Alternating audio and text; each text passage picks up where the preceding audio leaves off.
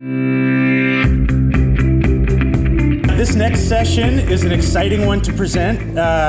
We've got really big energy and we've got amazing local efforts, and this is an attempt to kick this off by talking about just how big and how fast renewables are growing.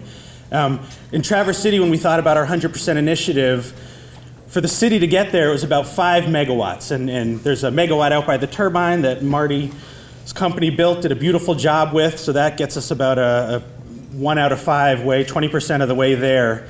But there are these enormous projects happening around the country, and because of their size and scope, the price comes down dramatically. And so one of the difficult things, and it's a good problem to have, but at Groundwork, is when you work with a city like Traverse City, what do we want? Do we want a big solar array that's not here, where the land is potentially not as expensive and the land use isn't as, there's not as much demand for it?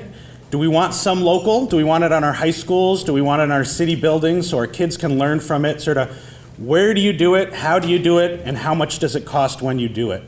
And so with that, once we announced our 100% initiative for Traverse City, we got an email from some guy named Ken Davies, who was just moving up to Old Mission and happened to be the renewable energy purchaser for Microsoft. And before that, happened to be the energy purchaser for Google. And so between all of those, something like 4 gigawatts, I mean, more than we're even contemplating up there, he's put these deals together and made it happen. And so Ken said, I would love to help you all, as a new resident of the community, think through how Traverse City can do this and do this well. And I said, well, we've got a great rooftop solar program, and that's getting us there. And he said, yeah, but that's really high-priced solar, and there's really cheap renewables. It's competing with just about everything now. And so since then, we've had some wonderful, hard, difficult discussions on the many paths to get to renewables. And so this panel is an attempt in the afternoon later on. We'll go into smaller and local efforts, but this is a real attempt to look at how we go big on renewables and make a dent in global warming and reduce carbon emissions. And so this panel will do that. It's exciting to be part of it. And Ken Davies always describes himself as the guy at Microsoft who loses them money, because instead of traditional energy contracts, he's looking for these renewable deals that sometimes have premiums to them. But I think as part of this discussion will be, well, what is the value of solar beyond cents per kilowatt hour? And it's a wonderful group here that Ken will introduce to you. So please join me in welcoming Ken Davies.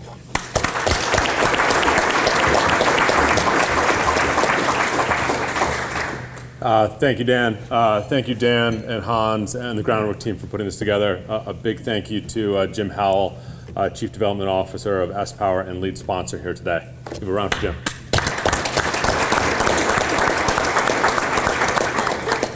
And I actually wanted to thank Carla as well for her words before. That 30% fact about, when you have 30% of women or an ethnic minority in a group, then their voice stands out more. I think that's something I'm going to take back to Microsoft. So thank you for that. And I did call out Dan and the Groundwork team because, as you see, we are all white men up here, or otherwise known as a manel. I'm going to make a public pledge today. This is the last manel on which I will participate.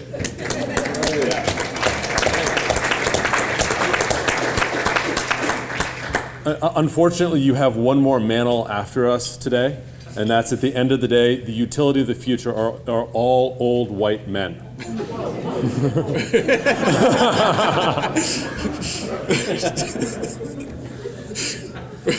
So I'd like to ask each of the panelists here, starting with Jim and kind of working this way, just give a little bit of background and an interesting fact about themselves. An interesting fact. Man. Okay, Jim Howell, I'm the Chief Development Officer for sPower. We develop, build, own, and operate wind and solar projects across the U.S. We have 1,300 megawatts of solar operating right now. We have, gosh, the numbers have changed so much. Jim, can you put that in perspective for us? How big is 1,300 megawatts? 1,500 of our projects. Yeah, 1,300 projects out by Marty's plant. But so in my office, I have a sign or we built this little internal website, and we talk about which cities in the U.S. we can power in any particular hour. So when it's really sunny, we can power the entire city of San Jose, California. So that's 1 million plus people. And it's an incredible amount of energy. So some of the largest power plants in the West, like the Palo Verde nuclear station, I think is 4 gigawatts. So we're on pace to replace some of the big units that are slated for retirement in most of the markets. And really, this is just the tip of the iceberg. So we're going to hopefully have another 1,000 megawatts go into construction between now and the end of the year. So we'll be around, I don't know, 2 or 3 gigawatts by the end of next year. And our goal is to kind of double every 18 months. So we're in this incredible time in the industry. As I mentioned during Carly's speech, we don't have the conversation anymore about brown versus green power. We are competing against everyone and winning. We are cheaper than coal, we are cheaper than nuclear, and cheaper than gas. And so, and for me, and for Holly, by the way, that was the most incredible thing I've ever seen. That's why I'm in this business. So thank you. I'd like to have you guys come out and talk about that relationship with the environment to our team and to all of our investors and partners, because I think that's something that you hear here in this environment. But what I'm always talking about is infrastructure, cost, jobs, money, because we're trying to change the story. So long story short, we're just in this incredible time in the industry. It's super disruptive. When I was talking about dynamic load and meters, I mean, I think that's something anyone can do. That's something Traverse City Power and Light can do, because in California, energy is free during sunlight hours in the wholesale markets. And in 2017, between January and April, it was negative, so we would have paid you to take our energy. And I know that sounds crazy, and it is crazy, by the way, especially if you're an investor like us and you own these things. But it just shows you that it's not a premium, and but it has to be done responsibly. The procurement has to be done responsibly. And I think that's some of the great work that the team here in Michigan is looking at in terms of local versus big, who owns it, who operates it, et cetera. And maybe some other things we'll touch on later. Thank you. Zach. What was the one interesting thing? Oh, man. Come on. You set me up to cop out as well. I was just going to talk about interesting things about it. Okay, so dinner last night, Ken sent out this pretty funny intro, so I'll just share his funny thing about me. So I started in renewables in San Francisco 12 years ago, which was the Wild West. We had no idea what we were doing.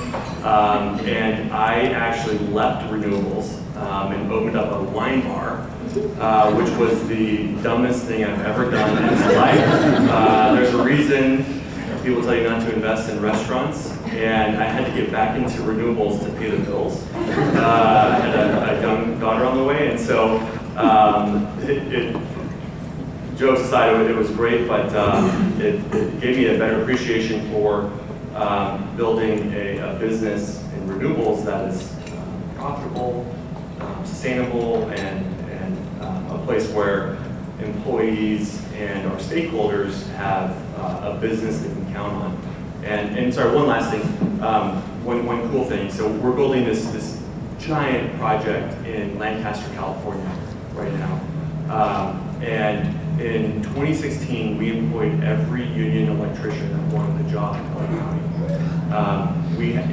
For me, when you go out there, and I was living on this space and doing this all in Blue Earth, and you see 150 brand new F-150s, and folks are making really good money. That's what it's all about. So I'm glad I got back in and look forward to seeing Michigan evolve as a market and as a community, and then also what the different stakeholders and participants can do to reduce the costs. Thanks, sir.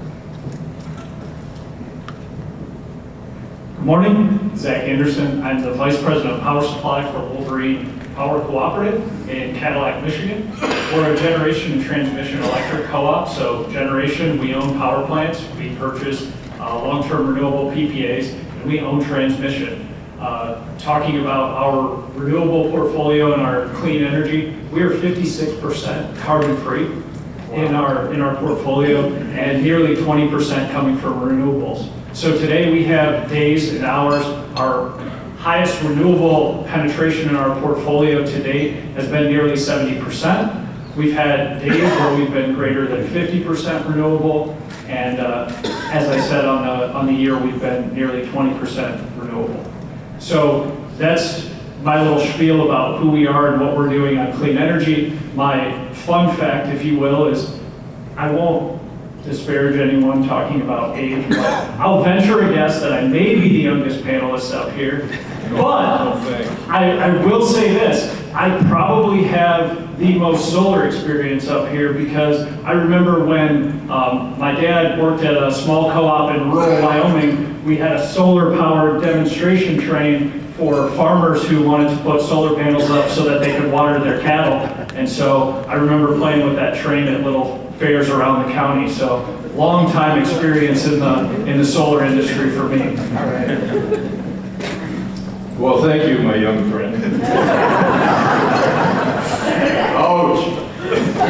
Anyway, my name is Marty Lagina. I am the CEO of Heritage Sustainable Energy, and I just found out apparently why I'm here, which is to subsidize my wine business. Is that correct?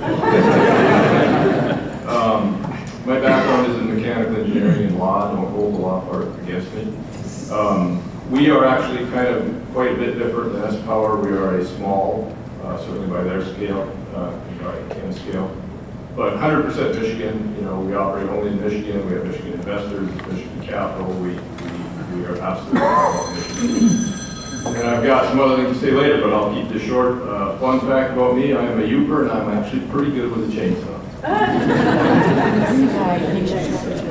Hey, well, you've all heard plenty from me, but Dan Worth, and I think the role up here in renewables is to get communities and groups who are thinking about green energy making it happen, because it costs a lot, there's a lot of hand-holding. But between driving down to Frankfurt and up to Harbor Springs with Petoskey and Charlevoix and Traverse and NMC wanting to go 100%, and Traverse City area public schools wanting to go 100%, there's the thought that there may be something huge here if we work together, which, as I said earlier, this community is really good at doing. So I'm a little intimidated, but also excited to be here with these big energy folks. And my fun fact is I'm a Boston guy originally, lawyer by training too, don't hold it against us. But I have a 9-year-old daughter, and my fondest hope is that she is running this panel in about 10, 15 years, and it's a woman. Thank you, Dan. And Marty was being very honest. For those of you who don't know, Marty has one of the, it might be the best, most popular show on the History Channel, Curse of Oak Island. And I'm very happy to say Marty has something to share with us. They're all friends here. So, Marty? Oh my goodness, yeah. Right, that's right. Well, you know, I'm kind of an old guy, and I forgot about this, but I'm here to talk about a massive discovery. No, wait a second. Wait, this is the energy panel, is it not? You're not allowed to talk about it? No. Sorry, I got confused. What happens next season? You can't be serious. All right. No, that's our little joke, folks. We're not going to talk about our guys. We'll go back to talking about energy. So this is a chart which is produced by Lazard, which is an investment bank in New York. And every year they come out with their analysis of what is the unsubsidized cost of all the different energy technologies out there. And again, this is stripping out to the best of their ability, all the subsidies for wind, solar, natural gas, coal. Everyone has their hand in the kitty to some extent. But when you strip that all out, you see that the utility scale wind and solar, which we're here to talk about, we're talking these massive projects, 100, 200, 300 megawatts, are already beating out natural gas. That's pretty exciting. It hasn't always been that way. It's really only over the past couple of years we've seen this. And this is what you hear when people say we've reached grid parity. You know, new wind and new solar is cheaper than new gas. You can kind of see that as it comes down over time. So here's what's happened over the past 8 years. Again, this is the data from Lazard rolled up and presented over time. You can see the onshore has come down by about half. Now keep in mind, these are unsubsidized numbers. So when you add the subsidies in, we're seeing prices significantly lower than that in the very windy parts of the US. This is kind of a national average. So in the best parts of the US, we're seeing wholesale wind as little as $10. Zach, what's the power price here today in Michigan, wholesale? What was the forward market? About 30. About 30. And solar, you see, is about 50 today. Jim, what were the first PPAs that you signed in California? What price were they? I don't know if I can answer that. So let's say, for confidentiality reasons, but I think you can assume that $350 a megawatt hour was the price for most of the solar contracts that were signed in 2008, 2009 in California, which was a massive vintage, by the way. I mean, it was gigawatts that were procured then. Is that why the taxes are so high in California? Well, we should thank California for being willing to sign a $350 PPA, because now is the time. I mean, we get to, the rest of the country gets the benefit from billions and billions of dollars of investment. My little company that we started on card table with my college laptop is now we're like a $4 billion company. So if it wasn't for them, we wouldn't have done it. But now they're not signing $350 deals anymore. I mean, I think the California solar is going for $25 to $30 a megawatt hour right now in the wholesale markets. Yeah, so it says 50 here, but that's unsubsidized, and so it's subsidized today, and it's obviously a little sunnier in California, Arizona than it is here. But here in Michigan, we don't have the best wind. That's in Texas, Oklahoma. We don't have the best solar. That's the desert Southwest. But these are relatively indicative, though, the prices you see today for wind and solar PPAs. I'll beat up on Marty. I think we should get the price down a little bit for the next project. But sure. This is about what we're looking at. So if they're already cheaper than the wholesale today, then should we not already be 100% renewable? But this is Traverse City Power and Light Resource mix as of so to date in this year. There's still 38% coal, 47% market, which is a mixture of coal, natural gas, nuclear, and then a spattering of wind and solar. So Tim, we got Tim from Traverse City Power and Light over there. Tim, what's the problem here? We have the data. You got two people on the stage willing to sell to you really cheap. Why aren't you buying? Tim Warner, not Tim Aarons, but I'm on board Light Power and the city commissioner, and Ken did give me a heads up that he'd be. Two things I bring up in response. One is life of plant contracts, and the other is, frankly, inertia. Just institutional inertia and the life of plant contracts. Yeah, I think that's a good point, especially around these old plants. We can say today that it's cheaper to buy a Ford Prius than it is a gas guzzling car when you look at the total cost over time. But if you still have your 1982 Toyota Corolla out back, it's spitting out fumes like nothing other, and you only finished paying it off just like some of the coal plants, that's still much cheaper than buying a new car. So the largest challenge in this energy transition is getting rid of those old coal plants. Those old gas plants, the super inefficient ones. So it's not just about the cost of the new ones, because just because it's cheaper, you don't go buy something if you already have one, especially if you're still paying off the old one. And that's what's slowing down this industry from really accelerating. Can I just? Yeah, sorry, absolutely, I know I'm please. not supposed to jump in. No, but, so one thing that I want folks to know when we talk about grid parity, right? Everyone looks at the numbers that were on that chart and they say, oh, wind was $17 in SPP, or Jim said $30 in California.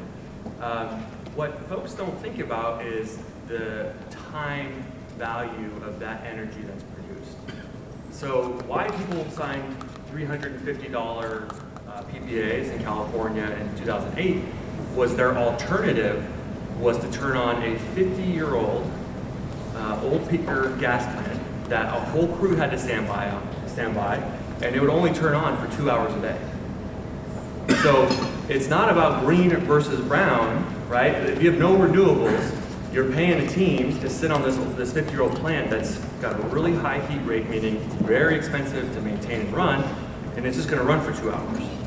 So when you think about our numbers, you also need to think about what they're offsetting, right? So solar, even in Michigan, may make a lot of financial sense if you're looking at it compared to the peaking plants or the resources that need to turn on, just for those couple hours of the day when energy is more valuable and in greater use. That makes sense. Yeah. And Dan said earlier that we can have arguments, and I think he was actually referring to me because I say that I've been losing Google and Microsoft money on their PPAs since 2009. So if it's cheaper, why are we losing money? It's because it's not cheaper, or it's cheaper versus the old coal and gas, but today's renewables is going to be more expensive than tomorrow's renewables. And I know Marty's got a different view on the forward price, and I think I'd argue with Jim on this, but from our point of view as a large customer, we think prices are going down, down, down, down, which is good for everyone in the audience here as a buyer. It's bad for the investors and owners on the stage. But we still do it today, even if we think we can buy it cheaper tomorrow, because as Microsoft, we believe it's the right thing to do. We have, to just put it in scale, we have 160 plus data centers in 25 countries around the world. We've been carbon neutral via offsets since 2012. About 2.5 years ago, our president, chief legal officer, came out and made a commitment to buying 50% by this year and 60% by next year via direct contracts, direct with the assets. Sign a contract with Jim, sign a contract with Marty, that sort of thing, rather than just let the utilities do it. We're taking responsibility ourselves and really trying to lead. And to date, our most recent announcement, we'll talk about it in a second, it put us over the 1.21 gigawatts. Why is that important? Well, that's enough energy to send Marty McFly back to the future. And that was actually in our press release. You can go look it up. It was approved by our comms department. Pretty much nothing else what I say here was approved. So today, Microsoft, I think, I don't have the data because no one shares all their forward plans. I think we are the largest buyer of renewable energy in the world, probably this year and for the next couple of years. We are planning to do 1 to 1.5 gigs a year. We've announced 315 so far in the US, but we have more than double that signed, and we're just kind of holding on to it, waiting for the right time to announce it.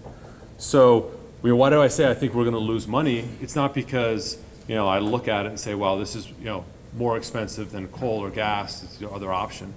No, it's because tomorrow the price will be pushed down, and, we'll buy more tomorrow. But we still want to buy today because we think it's the right thing to do.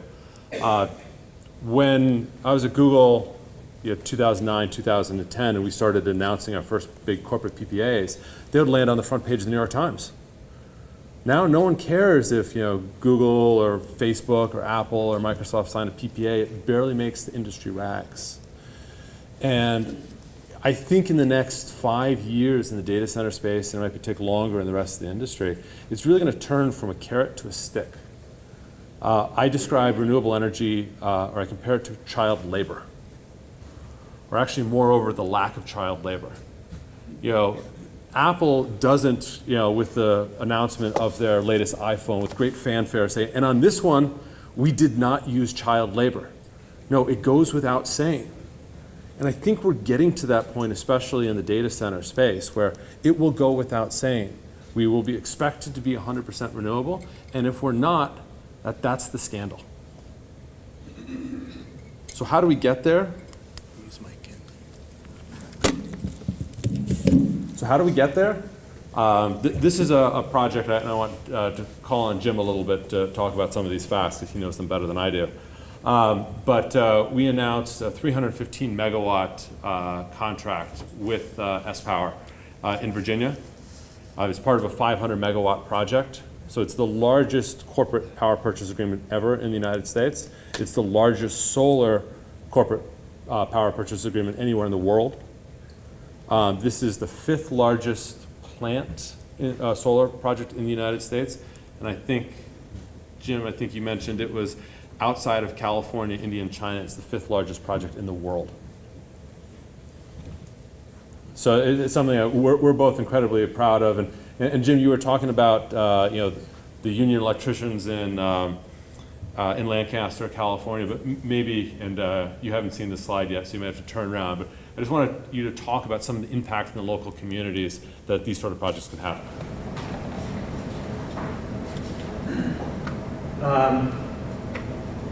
This is a big project, and this is a very big project. Is it on? Can you hear me? No. Can you hear me now? Yeah. This is a big project. Virginia doesn't have a real renewable energy mandate. Now they might, and I want to apologize if, like the one, if someone from Virginia looks at the YouTube and hears me say that, they might have local programs, but they don't have big programs that would attract an institutional investor like sPower. So what's really unique about this is we went to Virginia, developed this project exclusively for tech companies. And it was all done very quietly. 70% of the world's internet travels through one county in Virginia. So, and I'm not a data center expert, but I've done enough deals with tech companies to hear this stat, but I think 6% of the US load right now is currently being used by data centers. And that's expected to grow to what, 30%? Something crazy. I don't know, these tech companies, like their demand appetite is unbelievable. So it's going to double like every couple of years because of all the transition and work moving to the cloud. So we developed this in Virginia without a legislative mandate or a state mandate, local mandate, what have you. It was for the customer. And Microsoft can't even use this energy physically. So we had to come up with a structure where we would develop one of the largest solar plants in North America in a state that didn't have the rules and regulations for it, for a customer that couldn't take the energy.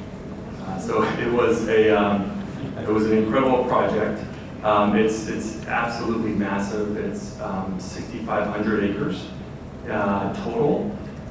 We worked with the local community to find the best land. It's very hard to find 6,500 acres in Virginia that doesn't have a Civil War battlefield, cemetery on it. And we're in an area that is of great historical significance that we didn't want to mess with. And I've been doing this long enough now where you just avoid all of the hard stuff. So if it's really good farmland or there's birds or critters, you just don't even start there because it's not good development, and then it'll never get done. So very, very big project, very challenging for my team to put together that kind of size.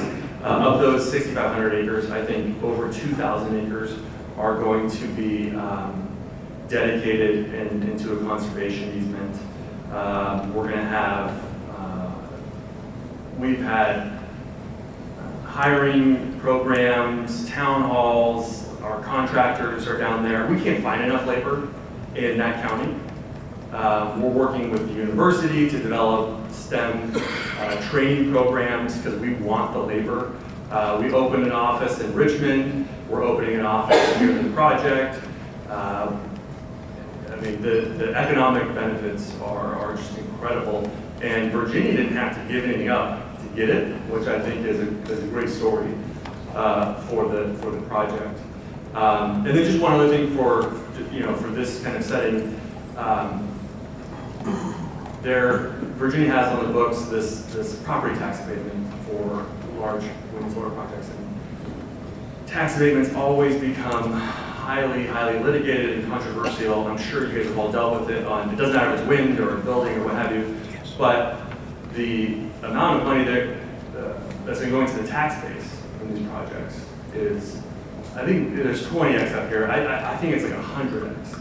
So we're building a very expensive piece of equipment there that otherwise would have been paying, like $5. $5 is probably aggressive, like $2 an acre in property taxes, and I think we're paying, something that's like 100x more. So it's good investment. It brings jobs. We continue to build there, and that's the California story. We've been building every year, and so those folks that have worked on these projects always have a job. And Virginia will be like that because we plan on building So, Jim, you talked to some of these points before, but I just put up the map of your development and assets. Now, this is the one that you gave me, and not the one on your public website. So maybe I shouldn't have put this one up, but here it is. Yeah, I'm pretty sure that's not supposed to be up there. Okay, well, Sorry. but I do notice there's nothing here in northern Michigan. Maybe you can talk a little bit about your business model, and then I want to transition to Zach and Marty here, some of the local folks. Why nothing here? And if we wanted to get someone like yourself to develop here in northern Michigan or to participate, bring your low cost of capital, what do we need to do? So I actually developed 2 projects in Michigan, 2 solar projects. This was when one of the renewable programs here in Michigan rolled out. It was I think one was in DTE service territory, one was in consumers. And I'm just thinking, and there's folks here from those utilities, maybe they can, when they're speaking, give an update, but I just don't know where those programs went. And so from my perspective, I actually had a landowner defraud us, and that was like a nightmare. So besides not knowing if there was a market, and then we were trying to figure out where all these land payments went to the crazy uncle, we decided to not come back. So we invest in, a lot of our investments are with companies like Marty's. We want the local partner, and where we excel is bringing in very cheap institutional capital. So these are long-term assets, and so my company is owned by a Canadian pension fund and one of the world's largest power producers, and so we like those stable cash flows, 20-year PPAs, power purchase agreements. So I know I'm going to get paid. Now the wind or solar may not be blowing, or the sun might not be up, but at least I know where we are. I'm going to get my fixed price, and that is what institutional investors are really looking for as this asset class has matured. And now it's big. I mean, you're starting to see really big investment entities come into the market.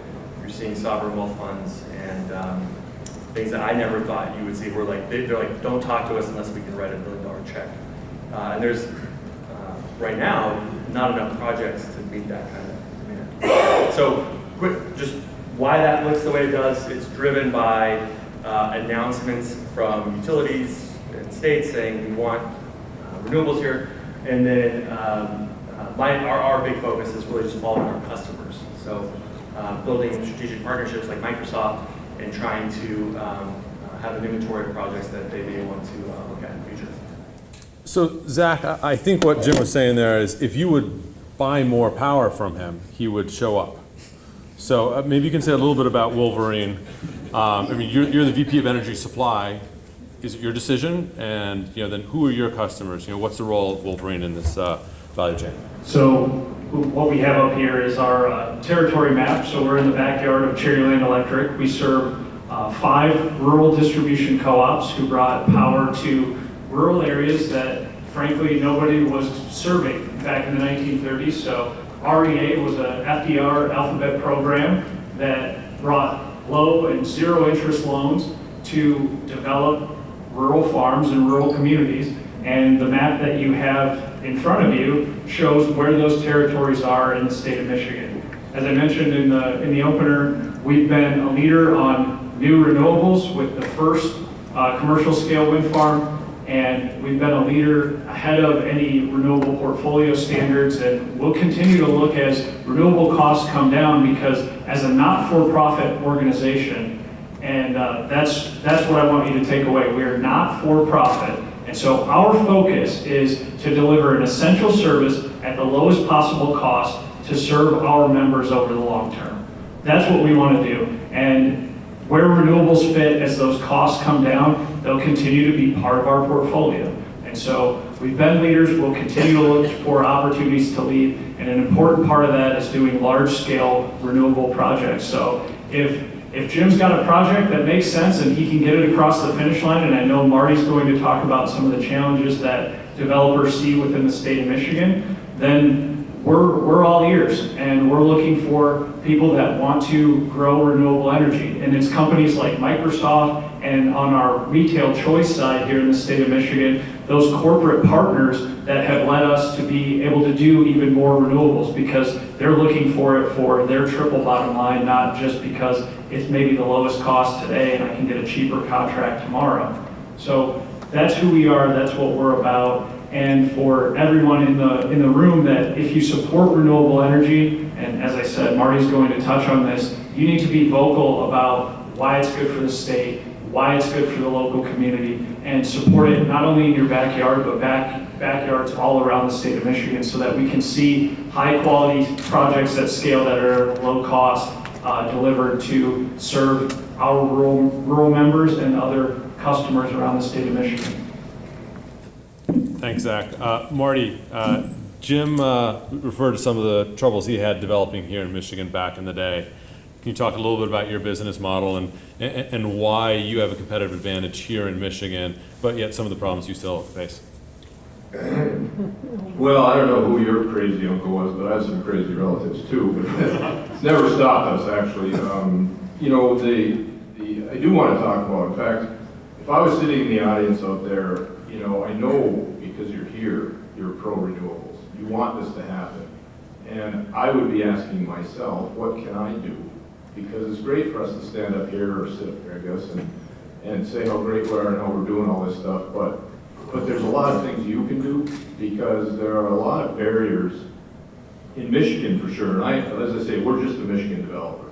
There are barriers to build out in Michigan, and they're occurring a little bit more rapidly than I thought. The barriers are. And so I do want to talk about that. We do run into challenges, and everybody trying to develop in Michigan, Zach will back me up, is running into organized opposition to renewables. For sure wind, and my understanding is there's opposition to solar too, which kind of boggles my mind because the panels just sit there. But there is. And so we need to respond to that. I want to get a couple of facts out real quick, if I can, particularly about subsidies, because we get that thrown at us all the time, that the only reason wind works is because the greedy developers get subsidies. 2 points. One, the subsidy does not go to the developer. The way it daisy chains through from a money standpoint, it goes to the ratepayer. So it's actually like a federal grant that goes to the ratepayer. And since when is a federal grant a bad thing for a state? If we don't take it, other states will. The other thing about that is wind, and pretty soon solar, will be the only energy producing sector without a direct subsidy within 2 years.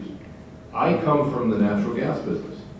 There was something called the Section 29 credit years ago, which was virtually identical to the PTC. And I want everybody out here to know that the boom in shale drilling was driven by a credit exactly like the PTC. I mean exactly like it. It was a units of production credit.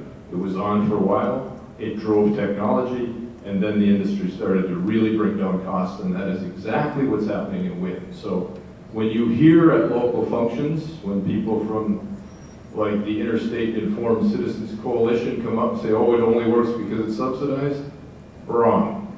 The credit worked, it drove technology, wind and solar rapidly becoming the cheapest and the only unsubsidized energy production.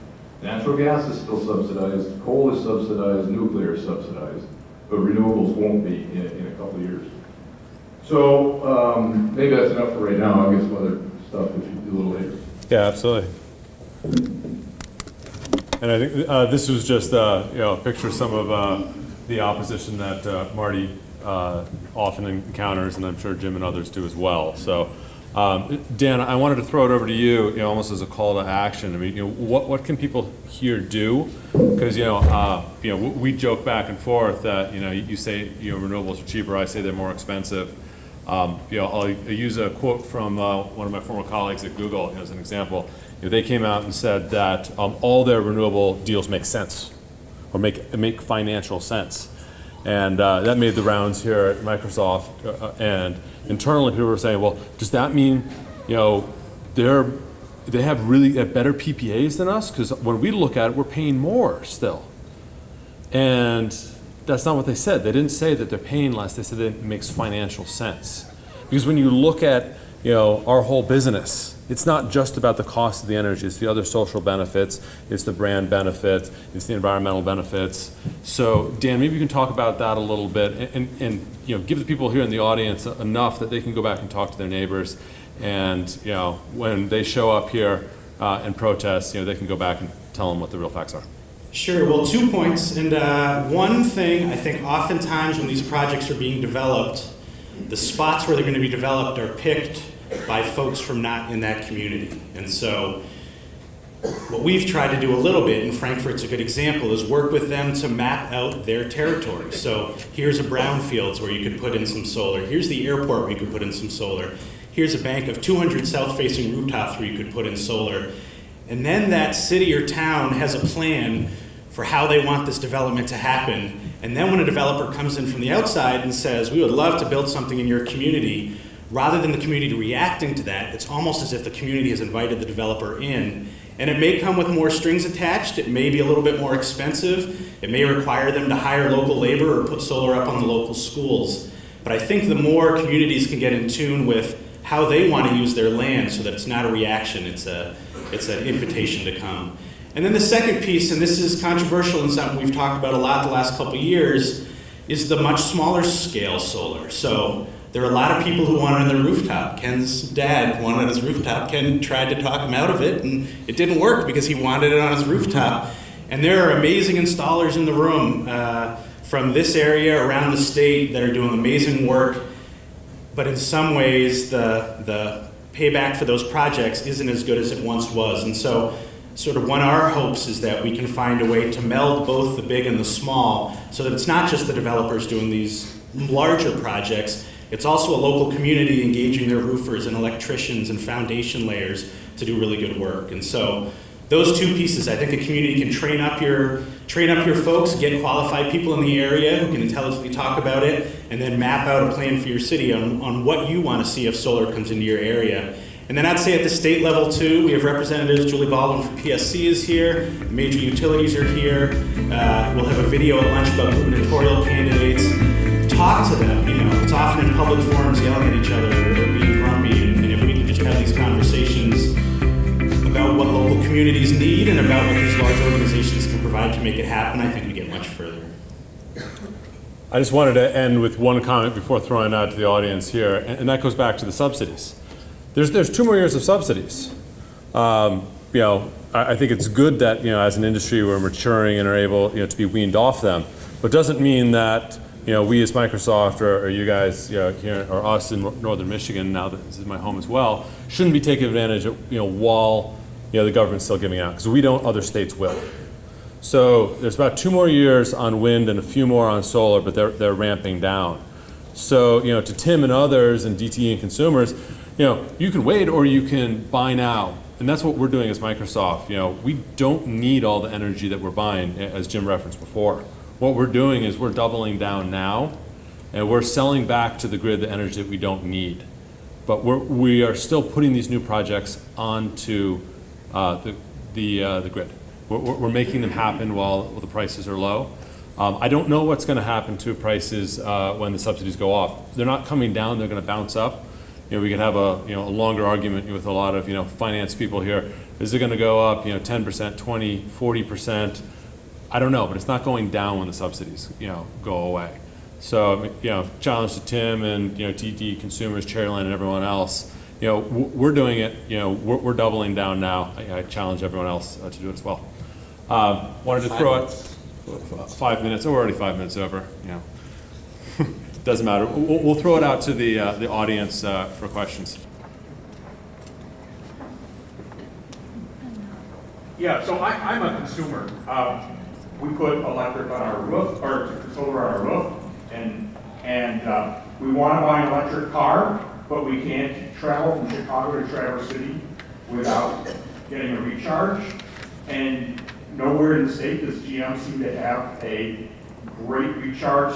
Any recharge is where it's a great new car, the Volt. But that said, I'm glad we did solar. We want to buy an electric car. We're a part of that market. And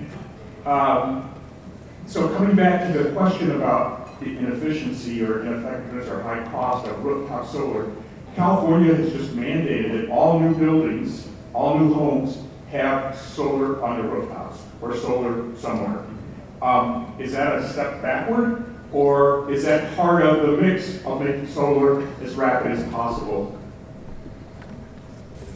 So I have my view. I want to kick that to Zach because Zach is actually he manages a lot of the supply. He sees what is going on in wholesale, and then he also sees the effect of rooftop solar, both the good and bad, on the system.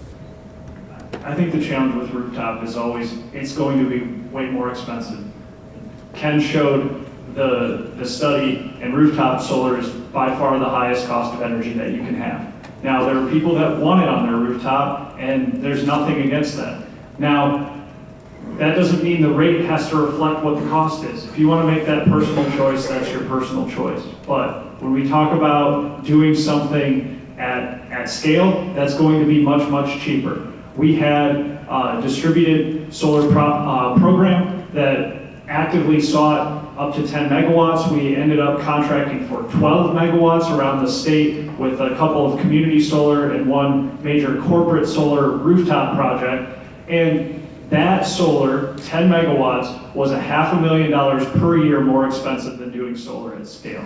So if you want to do rooftop solar, that's great. But if you want to support renewable energy, doing it at scale will be more effective for the environment, and it'll be lower cost for the ratepayer ultimately. So California? Can I just jump in? California? Yeah, why more solar in California when California exports energy at 2 p.m.? And I'll just kind of just say one crazy thing. So we're in the middle of this crazy time right now that like 99.9% of people that work in energy or consume energy don't realize. But I mean, my own personal view is you're gonna charge your car and then you'll come home and charge your house. I mean, that's how they're thinking in California. So every charging station in California is going to have one of those dynamic meters. And so if the pricing is negative, they'll actually pay you to charge your car and take the extra wholesale energy from the market. So they're crazy out there, but they're not as crazy as you think they are. And I mean, but that's like the things they're thinking about, right? You come home and your car charges your home. So for people that have projects there, it's scary because it's more solar on top of more solar, and we're trying to figure out how to incorporate it and integrate it all. But through that comes innovation.